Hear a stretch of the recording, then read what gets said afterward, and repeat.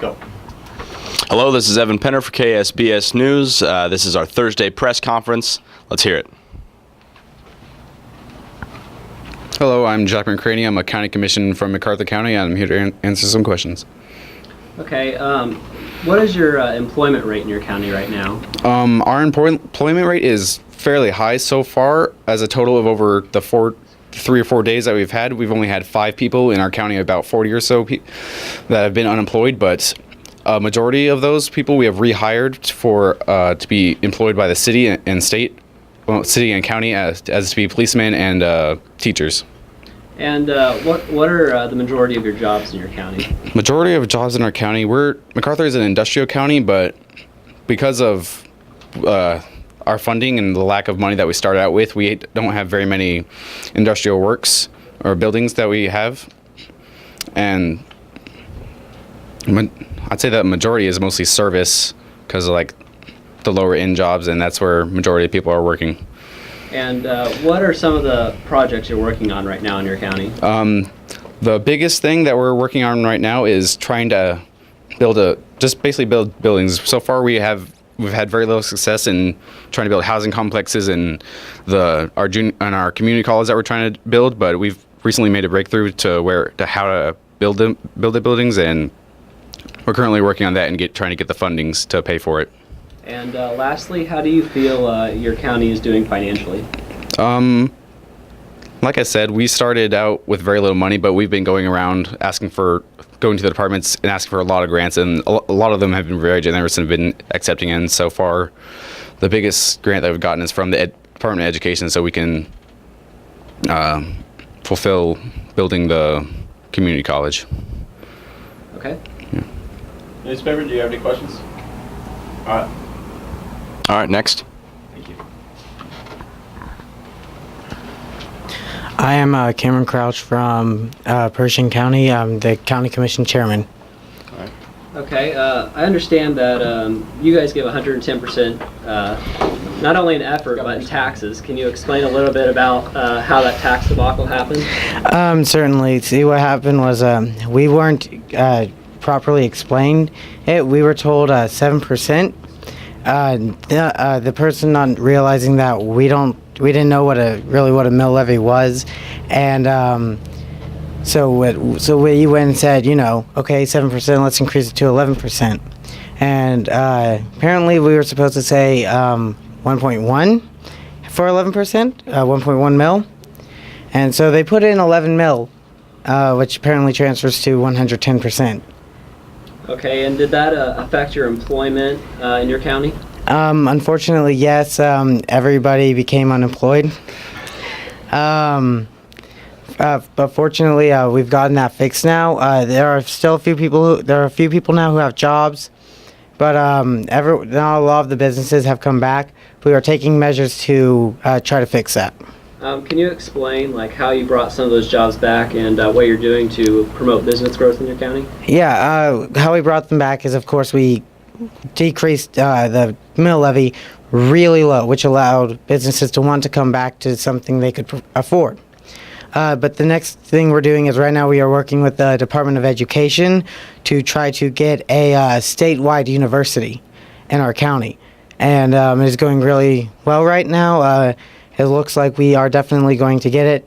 The other thing we are doing is we are also trying to get a few community colleges. That might back up though, but we are going for K through 12 schools. We are going through for vocation schools, and we are going for some more industrial stuff, jails, fire stations, stuff like that.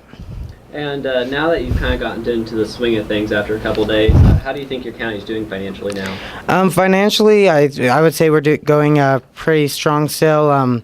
We're still finding ways, even with we actually now have a pretty low budget, but we're still finding ways to get money through grants and get things done. Jobs are coming back. Where we were a couple days ago, it's hard to go much farther down than where we were. So I think we're going good. Really, to summarize, I say it's a blessing hidden inside a curse. Okay. All right. Thank you. Newspaper, do you have any questions for this? Nope. All right. Moving on. Next. All right. Thank you very much. I'm Ransom Ford from Patton County commissioners. Okay, what are some of the projects you've been doing in your county? Some of the projects we've been doing, we've got a national airport, a casino, a K-12 school, community college, vocational school, a state university, fire police station, railroads, highways, and a small health clinic. How do you pay for those? Are those mostly grants or? Yes, most of them have been grants. We paid for a few of the things ourselves, but we did receive a lot of grants. How's your employment in your county? Employment in our county, it's pretty good. One of our cities is doing very well. The other city's kind of struggling a little bit. But today they've gone back a little bit, so far, so good. Can you name that city that's doing fairly well right now? Manti City, they've won Best City twice, so pretty strong. And what kind of business do you have in your county right now? We're the oil and gas people, so it's a lot of what. Okay, and how do you feel your county's doing financially right now after the last couple days? We're doing very well financially. We're still trying to get more money, but as of right now, we have a pretty good amount in the bank. Okay. Newspaper? Nope. All right. No further questions, so we'll move on to our last county commissioner, I believe, maybe? Yes. All right. Hi, I'm Austin Rainville from Eisenhower County, City of Chastain. Okay, in the city of Chastain, what's your main industry there? Our main industry is oil and gas, but we're trying to diversify right now, and hopefully we'll be looking to other businesses in the future and hopefully draw in people from other counties and around the world. When you said diversify, what different areas are you looking to expand into? Mostly just business. We're not really sure right now. We're hoping to build like business buildings and maybe advertising agencies, insurance agencies would be a good thing. And have you guys been working on any major projects through your county and city? We have actually. We've been pursuing public education a lot, and public housing is another big project of ours. We're pushing those right now, and we've been doing a lot of work today. Okay, and how is the employment rate in your county going right now? Our employment rate is actually very good. I think we have one person unemployed right now, whereas yesterday we had a total of 3 people employed. So when we woke up this morning and heard the great news, everyone was pretty ecstatic. And how do you feel your county is doing financially and city financially after the last couple days? Our city, we've been doing a lot of projects, smaller projects, and that's bringing in a lot of revenue. So the city of Chastain is doing well, but we're still looking for help from other people. And the county is also doing fairly well, and they're talking to us about projects such as like a community college or a VOTEC school. Okay. I have a question. It sounds like most counties have been focusing on education. Now, according to kind of the state wide initiatives on alternative energy, what is your county doing to promote that? Okay, well, our county has now switched to a completely different source of alternative energy. We drilled into the earth, and we're actually hitting the core and drawing heat from there. And that's helped out our citizens' living expense, and we're just pursuing that since we thought that wind farms and solar things they're pretty inefficient, and we wanted to see the return immediately. All right. I think that does it for our county commissioners. Thank you. Thank you, Commissioner. Wait, how'd you drill into the core? Yeah. We bought a drill. There you go. It's like Star Trek. Drill into the core of the earth. I suggested Your budget didn't support this? Yeah, hold on a second. We were going to attribute this to you. All right. Who's next? Let's do the don't questions mind going first. next. There you go. We're ready for me. Yes. All right. State officers. We'll bring up the state officers. First is the governor, Carl Palmquist. So we'll let him do it. There you go. All right. I think the newspaper has questions now. All right. Great. We'll give them the floor. Who should I be addressing first of all? Okay. You handed out budgets and everything today. You were walking around. What was the reactions you encountered throughout the state in dealing with what people were delivered? They were mostly fairly positive. I actually didn't receive any complaints as far as when I was handing them their budgets. It was more of me just kind of explaining. People didn't seem too enthusiastic, too depressed on the money they got. And there was kind of an understanding that, if they needed a little more, then they could change it through legislation. Now, were there any sort of concessions you had to make once you started going through the budget as to stuff that you weren't able to do that you were kind of wanting to do, but you had to kind of pull back on to put more money towards something you hadn't planned on? As far as for the budget, I think one of the things we thought about a lot at the beginning was we were kind of imagining the state of Kansas as it is right now, and then seeing what improvements we would make, as opposed to looking at it as this is kind of a new state and we need to build everything from the bottom up, was kind of how we went about looking at it. So we definitely understood, in terms of transportation infrastructure, we definitely needed some of that because it didn't exist yet. And so I think that kind of meant that we distributed a little more money than we were thinking about for some of the things we didn't necessarily talk about in our platforms. Going over the source of revenue, what was the deciding factor on increasing income tax as opposed to increasing, like, say, fees or sales tax? Okay, for sure. We thought that we definitely wanted to promote business growth, and obviously increasing sales tax would hurt business growth, and decreasing sales tax and corporate tax especially would help those businesses for sure. So we believe that by kind of lowering those taxes on businesses and then increasing on taxes on incomes, we could make sure we still had money enough to make sure the state functioned. However, we were definitely putting the businesses were getting a lot of income, and that was going to as many people as possible, and especially those who were in the higher tax brackets for income, which is what we changed the most, I believe. They would still see advantages because they'd be getting better jobs that paid more, because we were investing back in the state and building things. All right. I have a question. All right. Oh, one more. Kind of switching gears over to racial terms on the budget. We had an interview with minority and majority leaders talking about their hopes and challenges in getting the budget passed. And now that it is passed, can you elaborate at all on maybe the dynamic between the races at this point in time on the budget? All right. Well, at this point, I haven't seen too much of that dynamic come into play. First of all, I'd just like to point out that the budget that we originally proposed to the House and Senate actually passed through the House and Senate with no changes. So we didn't really see what affected the budget because nothing did.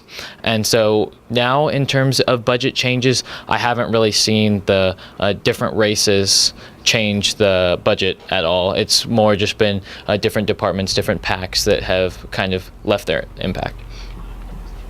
All right. Thank you, Carl. Thank you, guys. All right. And I can go ahead and get out. Yeah. All right. You next. All right. Just your name, your position. Drew Stapp, State Treasurer from Patton County. All righty. Sorry, guys. Did you leave out the part about the drilling thing? Because that sounded really stupid when I said it out loud. No, it sounded smart. I liked it. You got it, man. No promises. Put it in. Let's take it. Okay. Let's start over. Yeah. So, name, position, where I'm from, or do I need to say where I'm from? Just your name and your Okay, position. sweet. Drew Stapp, State Treasurer. All right, Drew. Has there been anything you've been involved in that something was about to happen and then you're like, well, no, financially wise, this isn't smart. This is something we need to switch up? There hasn't actually really been anything that I've seen that's come across my desk that I've had a problem with. Most of the things that we've been seeing are financially sound for the most part. We haven't received anything yet. However, there's always that chance that it might come up. So I will be prepared for it, but we haven't seen anything as of yet. All right, this next question was intended for the Attorney General, but it deals with funds and he's not here, so I'll ask you. Yeah. some counties in the state have been rumored to have been involved in fraud with funds they've been budgeted to, like illegal transfer of funds. And Okay. we were just wondering if you were aware of any of this, or if you're going to be trying to do anything about this. This is actually the first time I've heard those rumors. However, I'm sure that our Attorney General, as smart as he is, will be able to take initiative towards that, and we'll be able to fix that problem. That's all I got. Okay. All right. Thank you very much. I think lastly is Commissioner of Insurance.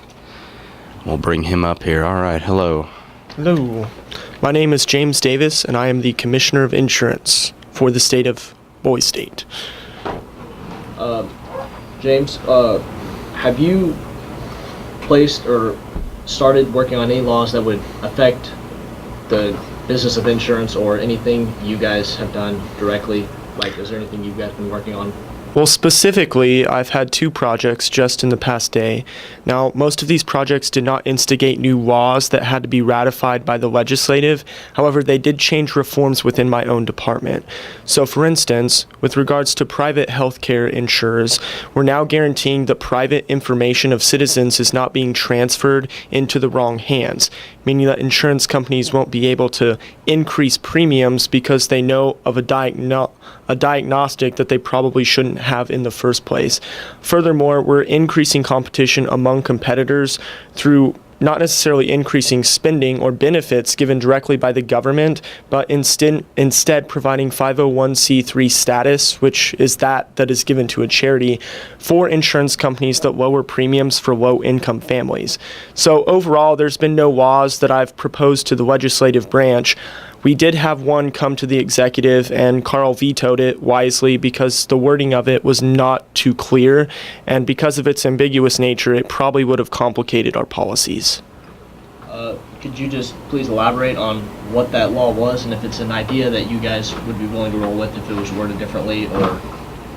It's definitely a law that seems at least reasonable, and it seemed credible. However, the law specifically entailed that insurance companies would have to set rates that were approved by the government as compared to setting the rates that their policies would entail in the status quo. So the bill that passed through wanted to grant crop insurance to farmers, something that we fully endorse. However, they need to do so through a paradigm that's not so government-centered. Even nationalists agree with me in that regard.